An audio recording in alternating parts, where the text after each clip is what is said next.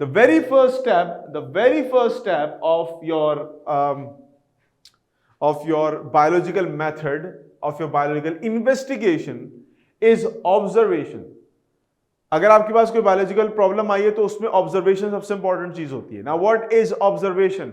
मैं इस वक्त आपको देख रहा हूं, आप मुझे देख रहे हो, हम दोनों एक दूसरे को देख पा रहे हैं, बल्कि मैं आपको नहीं देख रहा, मैं तो सिर्फ और सिर्फ स्क्रीन को देख रहा हूं, कैमरे को देख रहा हूं, आप लोग मुझे देख पा रहे हो. ये क्या है? हम एक दूसरे को देख रहे हैं, या एटलीस्ट आप मुझे देख रहे हो, you guys are observing me. Observe करके आप जर्नली एक आइडिया बना लेते हो बंदे के बारे में कि क्या चीज हो सकती है, क्या नहीं हो सकती.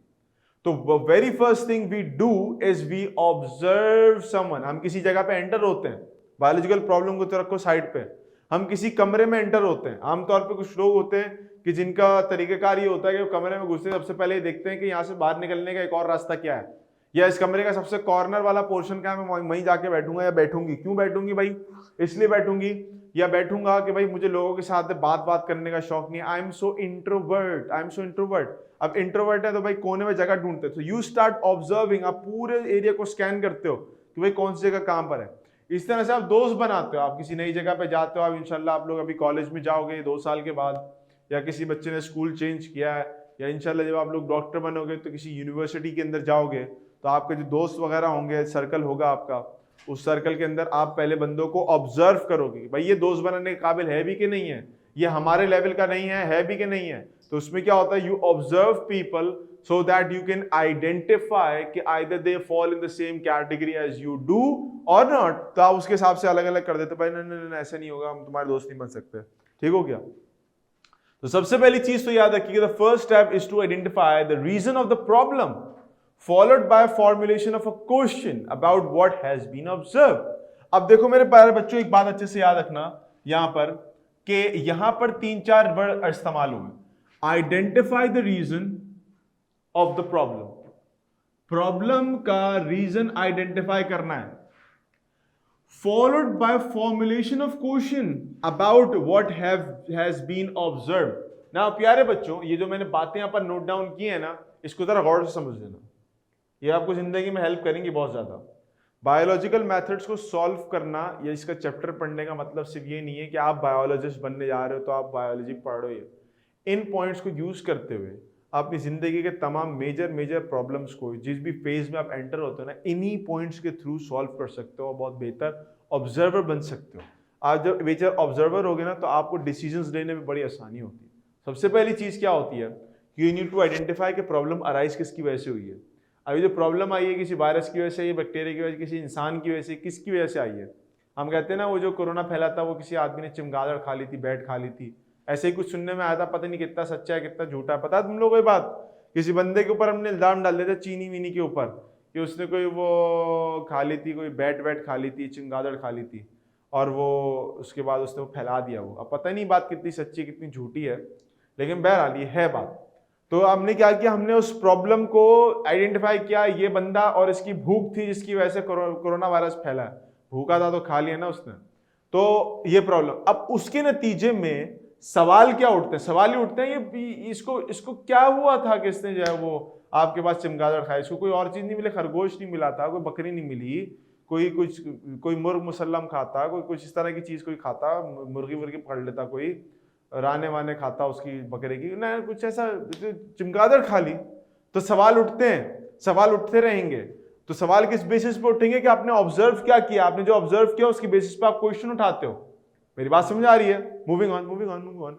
अगली चीज क्या है? An observation is a statement of knowledge gained through the senses और through the use of scientific equipment. Now ये बड़ी 2 इंपॉर्टेंट बात हो गई. पहली बात क्या इंपॉर्टेंट है, हम कहते हैं कि ऑब्जर्वेशन एक स्टेटमेंट ऑफ नॉलेज है, गेन्ड थ्रू, किस तरह से मिलती है हमें ये? सेंसेस के थ्रू या फिर साइंटिफिक इक्विपमेंट के थ्रू. भैया जी, या तो आपके पास सेंसेस के थ्रू, 5 सेंसेस होते हैं ना, उसके थ्रू मिलती है, या फिर आपको साइंटिफिक इंस्ट्रूमेंट से क्वांटिटेटिवली असेस करके मिलती है. अब आप बोलोगे सर आपने वर्ड इस्तेमाल किए क्वालिटेटिव एंड क्वांटिटेटिव, सर ये क्या मामला है भैया, ये आपने 2 खतरनाक लफ्ज इस्तेमाल कर दिए. तो समझे बात को, हमारे पास क्वालिटेटिव क्या होता है? लुक, मैं अगर अपने हाथ को यूज करते हुए इस स्क्रीन को टच करता हूं, ये यहां पर टच कर रहा हूं स्क्रीन को, तो मेरा बेटा मुझे बताओ कि आई कैन फील कि ये गर्म हो रहा है, इस वक्त ये चल रहा था, गर्म हो रहा है, ठीक है। अच्छा, मैं किसी बर्फ को जाके हाथ लगाऊंगा तो वो ठंडी हो रही होगी। ये मैं क्वांटिटी चेक कर रहा हूं, क्वालिटी चेक कर रहा हूं। Quality, why?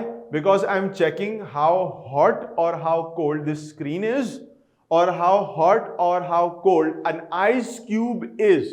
तो I am checking the quality, I am not checking the quantity कि कितनी गर्मी है। अब कितनी गर्मी अगर होगी ना तो उसकी मुझे कैलोरीमीटर या इस तरह के थर्मामीटर या इस तरह की कोई चीज यूज करनी पड़ेगी जिससे मुझे क्वांटिटेटिवली पता चलेगा कि कितना चेंज आया आपके पास टेम्परेचर में। But if I am just observing just by touch and I am going to I just want to figure it out कि आपके पास क्या चेंज आ रहा है उसके अंदर, उसके टेम्परेचर में क्या चेंज आ रहा है, just by the look of it, just by the feelings of it, तो वो हमारे पास क्वालिटी के अंदर आ जाती है।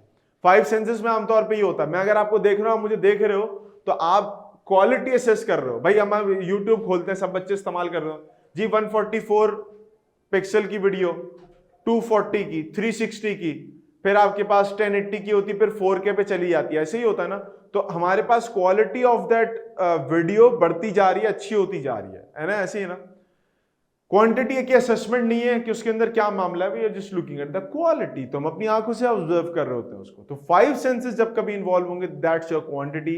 And if you want to measure something up, जैसे आपके अंशरा ने बताया, quantitative tools are involved whereas in qualitative tools 5 senses are involved। बिल्कुल एग्जैक्टली ऐसा ही है। ओके, तो इसका मतलब है कि नॉलेज गेन होगी ऑब्जर्वेशन की आइदर थ्रू क्वांटिटिफिकेशन और क्वालिटिफिकेशन। क्वालिटी असेस या क्वांटिटी असेस करेंगे तब हमारे पास करेक्ट आंसर निकल के सामने आएगा। Let's look at this. हमारे पास क्वालिटेटिव के अंदर क्या हो गया? Vision, palm, your touch, your tongue, taste of आपके पास sense of taste, hearing and smelling, you are going to spell it. तो ये आपके पास पूरा सीक्वेंस बनता है। अब बच्चों, मेरे प्यारे बच्चों, क्या आपको ये बात पता है कि जो हम यहां पर क्वालिटी चेक कर रहे हैं, इस क्वालिटी को चेक करवाने में हमारी बॉडी के कौन से स्पेसिफिक सिस्टम का रोल होता है? कौन सा स्पेसिफिक सिस्टम होता है जो ये काम कराता है? जो आंखों से दिखवाता है, कानों से सुनवाता है, सुंगवाता है आपको नाक से, जबान से टच फील होती है। नर्वस सिस्टम, ओ यस, एग्जैक्टली। फातिमा ने कहा सर ब्रेन, वेरी गुड, वो भी आपके पास ही काम करता है। और अंशरा ने कहा कि सर ये नर्वस सिस्टम, उर्वा कह रही है सर ब्रेन, उमर कह रहे हैं सर हमारा नर्वस सिस्टम। वेरी गुड मेरे बच्चों, बेहतरीन बात हो गई। आंखों को कहते हैं हम विजुअल। ब्रेन का पीछे वाला हिस्सा होता है, इंशाल्लाह आप लोग पढ़ोगे नर्वस सिस्टम को। ब्रेन के पीछे वाला हिस्सा होता है, यहां पर जो गुद्दी से थोड़ा सा ऊपर होता है, ये आपकी नजरों को, आंखों को कंट्रोल करता है। आपके पास जो आपका टच है, टच फीलिंग जो आप कर रहे होते हो, अगर आपने सर पे इस तरफ से हाथ रखते हो ऐसे करके, ब्रेन के ऊपर वाला पोर्शन होता है वो आपके सेंसरी फंक्शंस को कंट्रोल करता है कि आप क्या चीज सेंस कर रहे हो, क्या नहीं कर रहे। इसके अलावा अगर हम टच की बात करें तो यहाँ पर रिसेप्टर्स लगे हुए होते हैं जो आपके ब्रेन तक जाते हैं, फ्रंट लोब तक और ऊपर वाले लोब तक जाते हैं, वहां से आपको पता चलता है कि आप क्या टेस्ट फील कर रहे हो। कान वाला जो आपके पास ये नर्वस ब्रेन का पार्ट होता है स्पेसिफिकली, वो यहाँ होता है, गुद्दी होती है आपकी ना कनपट्टी, यहाँ पर कनपट्टी, यहाँ पर एक ब्रेन का पार्ट लगा होता है, इस साइड पे भी होता है, इस साइड पे भी होता है, वो कानों को सुनने में हेल्प करता है। और जो नाक के सूंघने का पार्ट है, आपके नाक के अंदर घुसते अंदर खाली जगह होती है, उसको नेजल कैविटी कहते हैं। यहाँ के न्यूरॉन्स जाके, न्यूरॉन लगे होते हैं, नर्व सेल, वो डायरेक्ट जाके इस वाले पोर्शन से कनेक्टेड होते हैं। तो ब्रेन से सारी चीजें कनेक्ट होती है। हमारा ब्रेन ये सब चीजें कंट्रोल करता है। हमारा ब्रेन, जब इंशाल्लाह आप लोग पढ़ोगे ना नर्वस सिस्टम को, तो आप एक टॉपिक पढ़ोगे नर्व इंपल्स। क्या नाम टॉपिक होता है? Nerve impulse. इंपल्स मींस कि आपके पास नर्व कैसे ट्रांसफर होती है आगे न्यूरॉन के अंदर। हमने देखा ना नर्व सेल को न्यूरॉन कहते हैं। तकरीबन उस टॉपिक को पढ़ाने में पहली बार पढ़ाने में तो बच्चों को तकरीबन समझो कि 2 घंटे तो लगते ही, पहली बार जब वो टॉपिक पढ़ाते हैं। और उसके बाद भी जब पढ़ाते रहते हैं तो 1 आध घंटा, 1.5 घंटा तो कम से कम लगता ही है उसको पुरानी बातों को निकालने में। तो वो टॉपिक जो हम 1.5 घंटे में पढ़ते हैं, फिर मैं बच्चों को पढ़ाने के बाद ना 2 घंटे के बाद, 1.5 घंटे के बाद उनको बोलता हूं देखो इतना लंबा टाइम लगा मुझे तुम लोगों को समझाने में, ठीक है। अब आपको पता है आपका ब्रेन काम कितनी तेजी से करता है? वो बोलते हैं सर पता नहीं। मैं बोलता हूं बेटा देखो अब मैं तुम्हें बताता हूं तुम्हारा ब्रेन काम कितनी तेजी से करता है। अगर तुम्हारे बीच में कम्युनिकेशन का थोड़ा सा इशू है ना, क्योंकि आपको पता है कि ये जो सिस्टम होता है डिजिटल सिस्टम, उसमें ये होता है कि मैं अभी बात कर रहा हूँ ना, तो बात करने के बाद आपके पास वो आवाज़ पहुँचती थोड़ी डिले के साथ, कुछ सेकंड डिलेज के साथ, और फिर आप उस बात को सुनते हो और बात आंसर टाइप करते हो, फिर आपका आंसर मेरे पास आता है, तो इट टेक्स अ डिले। लेकिन अगर मैं आपसे एक बात बोलूँ, आप अपने एंड पे ऑब्जर्व करना है इसको, ये कितने हैं, हाउ मच आर दीज, कितने हैं, जवाब ना भी दो, दिमाग में जवाब आएगा, आप बोलोगे 3। जितनी देर में आपको देख के एकदम से जवाब आया ना, ये तो पहुंचा मेरे पास बहुत देर से, ये पहुंचा मेरे पास बहुत देर से, क्योंकि जाहिर सी बात है कनेक्शन का डिले का इशू होता है।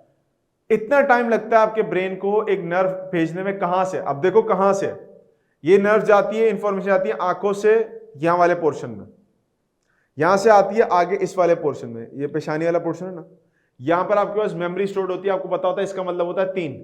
फिर यहां से इंफॉर्मेशन ट्रांसफर होकर जाती है ब्रेन के उस पार्ट पे जो जबान तक इंफॉर्मेशन को लेके जाता है।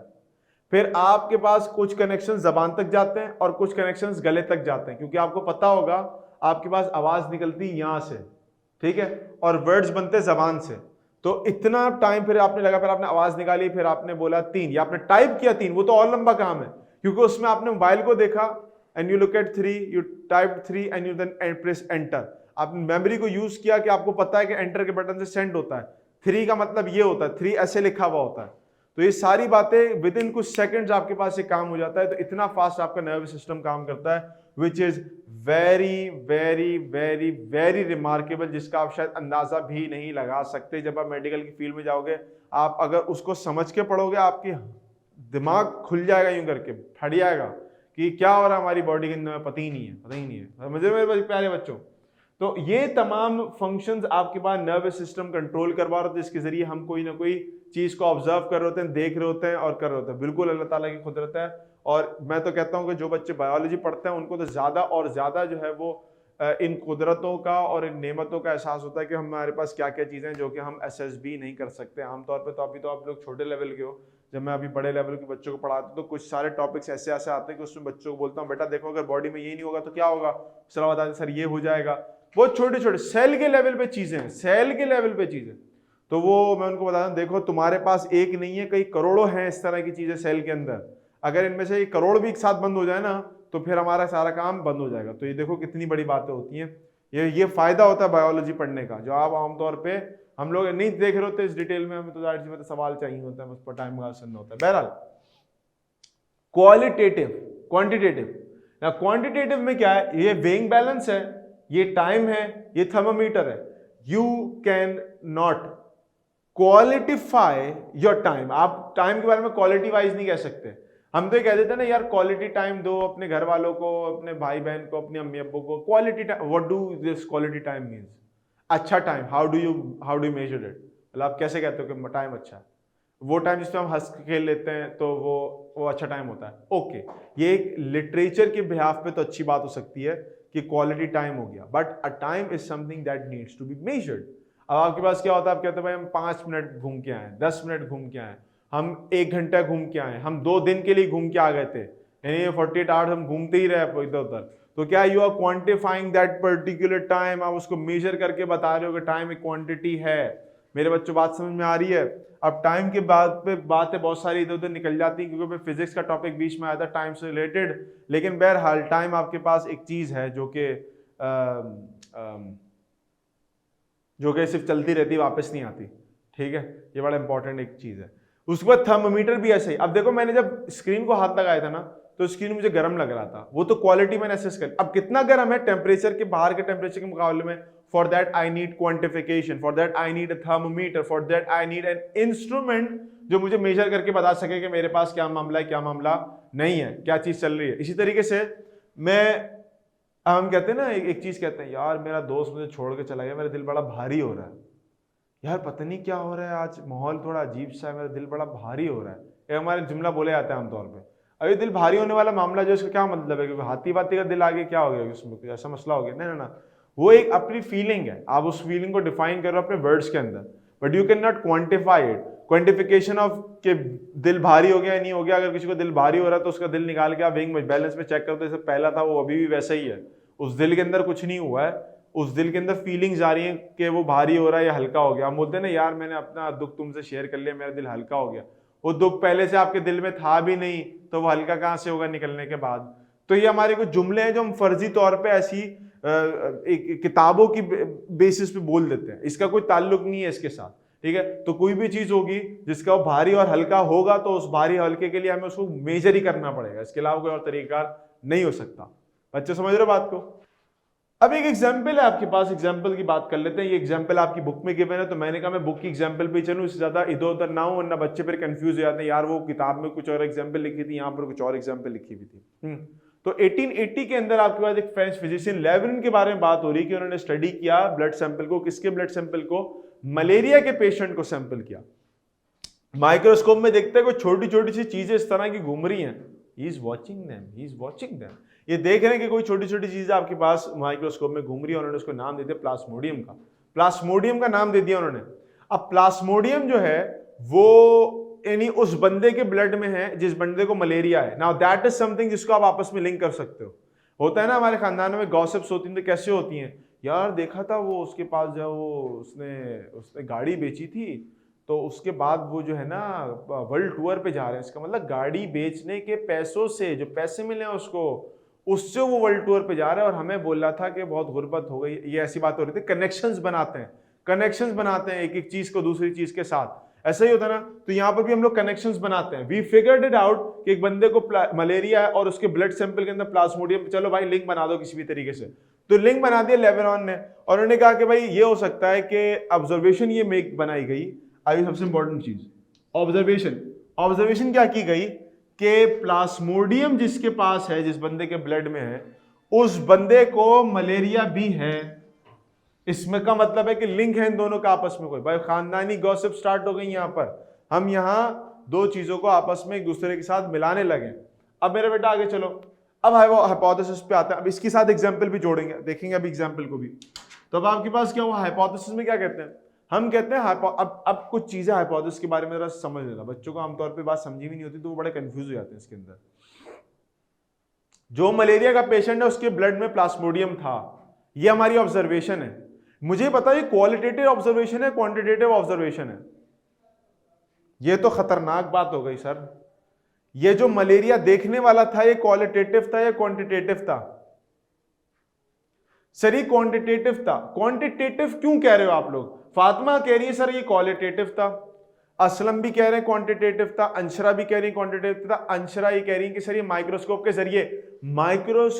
जरिए क्या मेजरमेंट की थी हमने? यस और नो? माइक्रोस्कोप के जरिए हमने मेजरमेंट की थी? नहीं। फिर क्या किया था? Because he use microscope, it is a scientific instrument. उसने एक मिनट में वापस जा रहा हूं, ये देखो हम ये कह रहे हैं उसने ऑब्जर्व किया, उसने देखा माइक्रोस्कोप के जरिए मलेरिया को ब्लड के अंदर, आंखों से देखा। इसमें कौन सी चीज इस्तेमाल होगी? देखो क्वांटिटेटिव के लिए हमारे पास कोई यूनिट भी तो होना चाहिए। हम टाइम को यूनिट में चेक करते हैं जी, seconds, minutes, hours, days. Temperature को चेक करते हैं फ़ारेनहाइट, सेल्सियस। हम वेट को चेक करते हैं ग्राम्स में, किलोग्राम्स में, आउंस में, पाउंड्स के अंदर। हमने किस यूनिट में मेजर किया है प्लाज्मोडियम को? किस यूनिट में मेजर किया? उमर कह रहे सर क्वालिटेटिव होगा। हाँ, so it's qualitative because of this, ये वाली कंडीशन की वजह से। देख रहे हो, we have seen it, there was no unit कि जिसकी बेसिस पे हमने उसको क्वांटिफाई किया। क्योंकि एक बात हमेशा याद रखिए, कभी भी सवाल इस तरह के किसी सवाल के अंदर आप फंसे ना जिंदगी में कहीं भी, कि जो आपकी ऑब्जर्वेशन है वो क्वालिटेटिव है क्वांटिटेटिव है, तो always go for the option कि हमने यहाँ पर यूनिट कौन सा यूज किया। आप लोग यूनिट यूज करते हो ना भाई, फोर्स का यूनिट न्यूटन होता है कि नहीं होता? प्रेशर का यूनिट पास्कल्स होता है कि नहीं होता? फिर इसी तरह से वॉल्यूम का होता है, आप मिलीलीटर इस्तेमाल करते हो, डेसीलीटर क्यूब या डेसीमीटर क्यूब इस्तेमाल होता है। जहां कहीं यूनिट आता है या फॉर्मूला आता है तो वहां पे आमतौर पे क्वांटिटेटिव आपके पास बात हो रही है। तो चूंकि हमने वहां पर उसको देखा है, मेजर नहीं किया, ना वजन किया, ना टाइम चेक किया, ना उसका टेम्परेचर लिया, तो इट मींस के that is your visual observation. And visual observation is a part of 5 senses. और 5 सेंसेस में जो भी चीज आएगी वो क्वालिटेटिव हो जाएगी रादर देन क्वांटिटेटिव। क्लियर हो गई बच्चों बात मेरी?